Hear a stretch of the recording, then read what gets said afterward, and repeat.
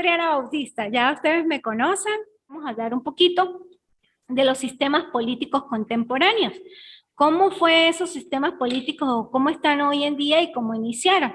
Se habla de 4 sistemas políticos contemporáneos. Si bien es cierto, el absolutismo, que fue el primero, por decirlo así, estuvo en la Edad Moderna, pero fue el que dio pie a la generación propiamente de los sistemas políticos que tenemos hoy en día. ¿Por qué? El absolutismo era lo que se llamaba antes, inclusive el antiguo régimen, y que era presidido netamente por ¿quién? El rey, el monarca. El rey era el que tenía el poder absoluto de todo, de inclusive del ámbito legislativo, del judicial, del ejecutivo. Sobre esa persona, el rey, no había más nada. Él era la máxima y el omnipotente. Lo único que existía era el poder de Dios, que inclusive ellos decían que su poder o su forma de gobernar bajo la monarquía era porque era proferida por Dios. Sobre el rey, solamente Dios, pero en el plano terrenal, el rey, el monarca, era el dueño de todo y el que podía dirigir y dividir y repartir todos los bienes de la nación. Por eso se llama el Estado absolutismo o el absolutismo como un sistema político.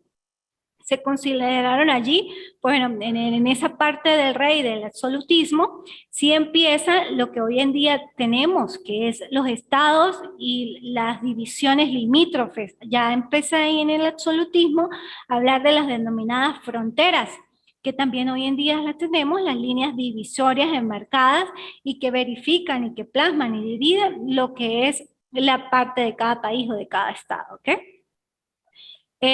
Igualmente, pues esa monarquía se trascendía o se regulaba por un conjunto de leyes de obligatorio cumplimiento por parte de los ciudadanos.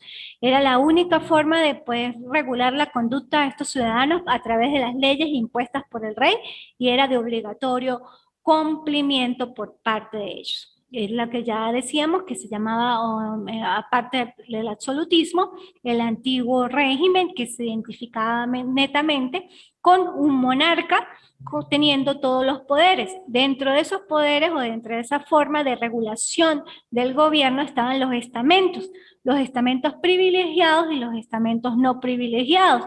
Los privilegiados, lo que era clero, nobleza, la parte de religión, y los no privilegiados, que eran sí el pueblo, que el pueblo como tal sí no disponía de capacidad, de tierras, de recursos, era como la clase pobre de esa época, no ostentaban cargos políticos, ellos trabajaban o lo poco que trabajaban, aparte de su trabajo tenían que sacar la ganancia y pagar tributos al rey.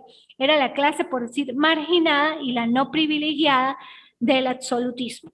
Sobre esa base de no privilegiados, a medida que fueron evolucionando y desarrollando, surgen esa clase del pueblo, comerciantes, artesanos, que fue lo que poco a poco fue dando vida u origen a lo que fue la burguesía.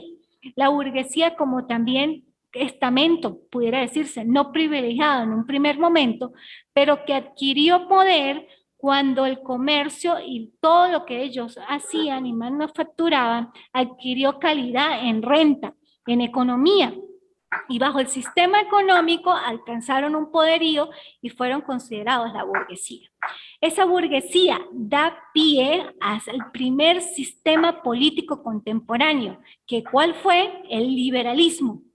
El liberalismo, inspirados en los movimientos de la Ilustración o de la cultura de la Ilustración, defienden principios como la igualdad de los derechos, están en contra de la teología, del absolutismo, del monarca, consideran que debe estar o se encuentra basado en la soberanía nacional, que el pueblo, el gobierno debe residir en el pueblo, pero también establecen ideas o ideologías políticas sobre la base de la renta, porque ellos manejaban ¿qué?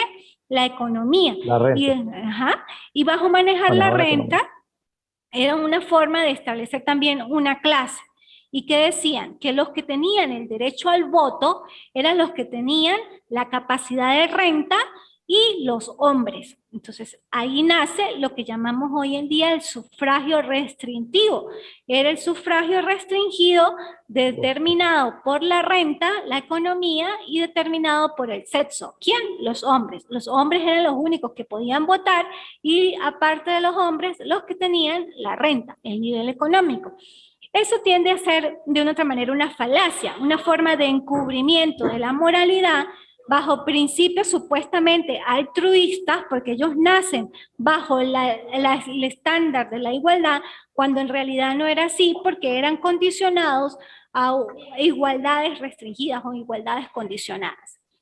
De ese liberalismo, lógicamente, como primer sistema político, nace propiamente el liberalismo político. El liberalismo político fue el primer sistema político contemporáneo y como consecuencia de la lucha prácticamente entre la aristocracia y la nobleza. La burguesía lucha por conseguir el poder desbancando al monarca, a su régimen absolutista, la nobleza, y el clero como estamentos privilegiados para constituirse ellos, la clase burguesa, como con una ideología política supuestamente establecida bajo la igualdad de derechos, bajo la división de poderes, bajo la igualdad de los estados. Sustituye la diferencia y hace la demarcación en que los estamentos no deben existir, sino debe existir el poder en el pueblo. Pero como ya indiqué, pues es un término hasta a veces contradictorio porque esa igualdad era restringida o condicionada a un grupo selecto. Al mismo tiempo de esas revoluciones liberales aparecen las revoluciones industriales, porque van de la mano, van ejerciendo el comercio, va generando más economía y empiezan a generar lo que son las revoluciones industriales con el llamado capitalismo, ¿no? En la edad contemporánea.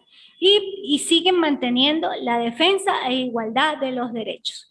En ese tramo entre la defensa e igualdad de los derechos y que nace y que empieza a surgir el movimiento revolucionario, nace de facto el proletariado, que fue el movimiento obrero de la lucha de clases a nivel trabajador. Como nace el proletariado y como nace como grupo de hecho o de facto, surge el socialismo como el segunda ideología política. Ahí es donde surge el socialismo con ideas de Karl Marx como segunda ideología política, como consecuencia del triunfo de los liberales, efectivamente, de la parte de la burguesía que manejaba el comercio, pero esta clase del socialismo surge en contraposición y en consonancia con esas ideas, como triunfo del liberalismo, cuáles decían que efectivamente si hay renta, si hay economía, si hay riqueza, esa riqueza no solamente debe ir dirigida a un grupo selecto, sino que debe ser igualdad para todos los ciudadanos, que todos los ciudadanos se beneficien de la riqueza, de la renta y demás. Por eso es el socialismo, igualdad de condiciones y repartición de bienes y tierras para todos por igual. De ahí mismo surgen dos vertientes, lo que es el socialismo revolucionario y el socialismo o el revisionismo. El socialismo revolucionario por Lenin, con la Revolución Rusa en 1917 que culmina y que efectivamente él imparte o es la primera vez que se constituye un Estado socialista, ¿verdad? Porque él tenía las ideas efectivamente de Karl Marx, de la igualdad de derechos de los trabajadores, de la igualdad de riquezas, de tierras y demás.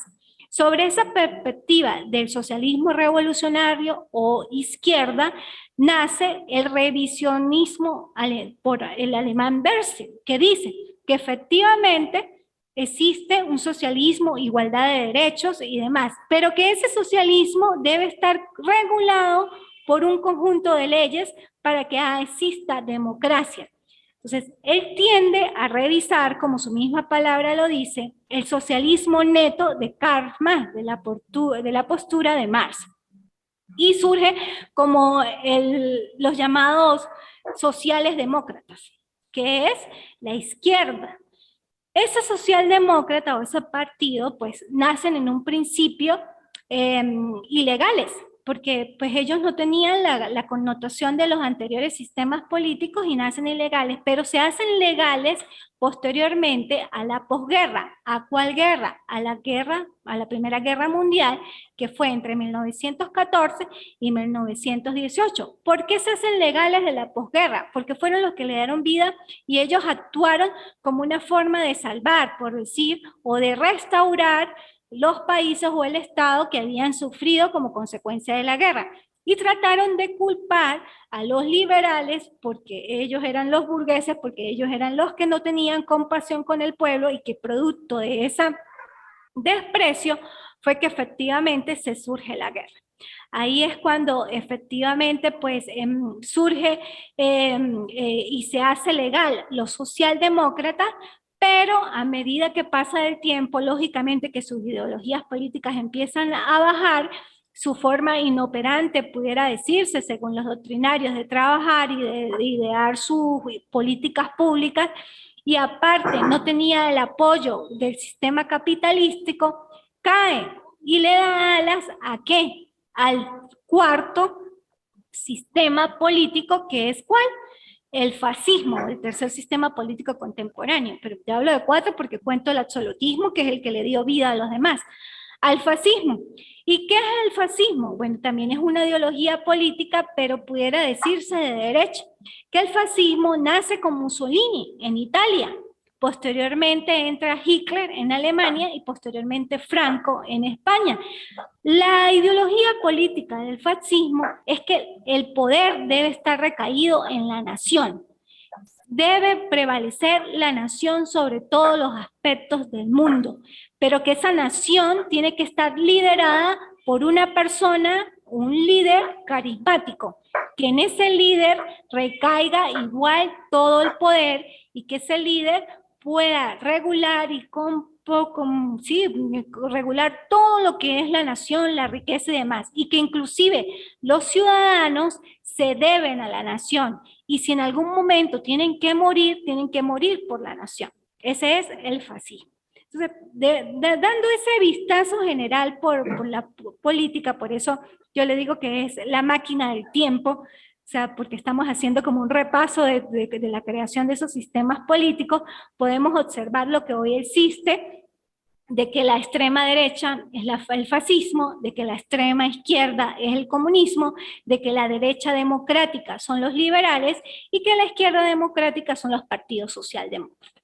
Ese es el sistema político contemporáneo y del surgimiento de las ideologías políticas que no solamente tenemos aquí en Venezuela, sino que tenemos en el mundo, para que puedan comprender y analizar lo que es el contexto político y cómo fue la formación del mundo contemporáneo, que en las clases anteriores dije que el inicio del mundo contemporáneo como tal marca la pauta desde la Revolución Francesa en 1789.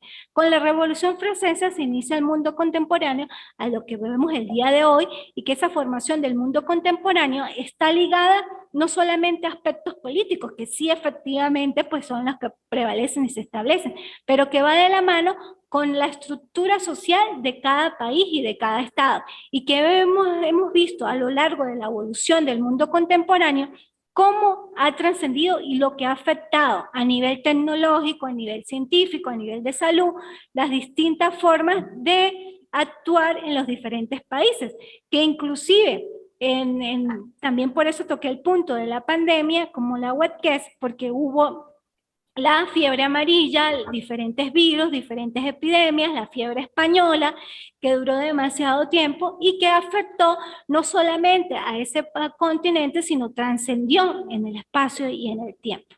Esa es la formación del mundo contemporáneo, es parte de verificar el nacimiento del contexto político, es parte de verificar. Luego, si vamos más atrás, la edad moderna, la situación de las creaciones de la sociedad, para llegar a lo que es hoy en día la sociedad y lo que convivimos. ¿Y qué es la sociedad? Es un sistema pues debidamente conformado con estructuras políticas. De ahí pues emergen muchas formas o muchos puntos de vista, ¿no? Sobre si la sociedad fue primero y la política fue después, o si la política fue primero y la sociedad después. Hay posiciones pues de discusión. unos autores dicen que efectivamente para que la política surgiera tiene que estar la sociedad y que necesariamente tienen que ir de la mano, efectivamente. Y hay otros que dicen que no, que la política es la que da forma a la sociedad.